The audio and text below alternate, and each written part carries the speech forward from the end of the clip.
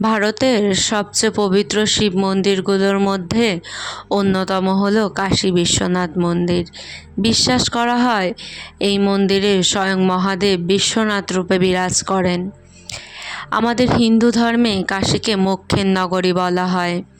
ইতিহাস অনুযায়ী এই মন্দির বহুবার আক্রমণ ও পুনর্নির্মাণের সাক্ষী হয়েছে। বর্তমান মন্দিরে পুনর্নির্মাণে গুরুত্বপূর্ণ ভূমিকা ছিল অহিল্যাবাঈ হোলকার এর। আরও একটি বিশ্বাস প্রচলিত আছে, কাশীতে মৃত্যুবরণ করলে মোক্ষ লাভ হয়। তাই বহু ভক্ত জীবনে একবার হলেও এই পবিত্র স্থানে যেতে চান। গঙ্গার তীরে অবস্থিত এই মন্দির আজও কোটি ভক্তের আস্থা ও ভক্তির কেন্দ্র। আরও এমন ভক্তিমূলক ইতিহাস জানতে সাবস্ক্রাইব করুন ভক্তিজগৎ ইউটিউব চ্যানেল।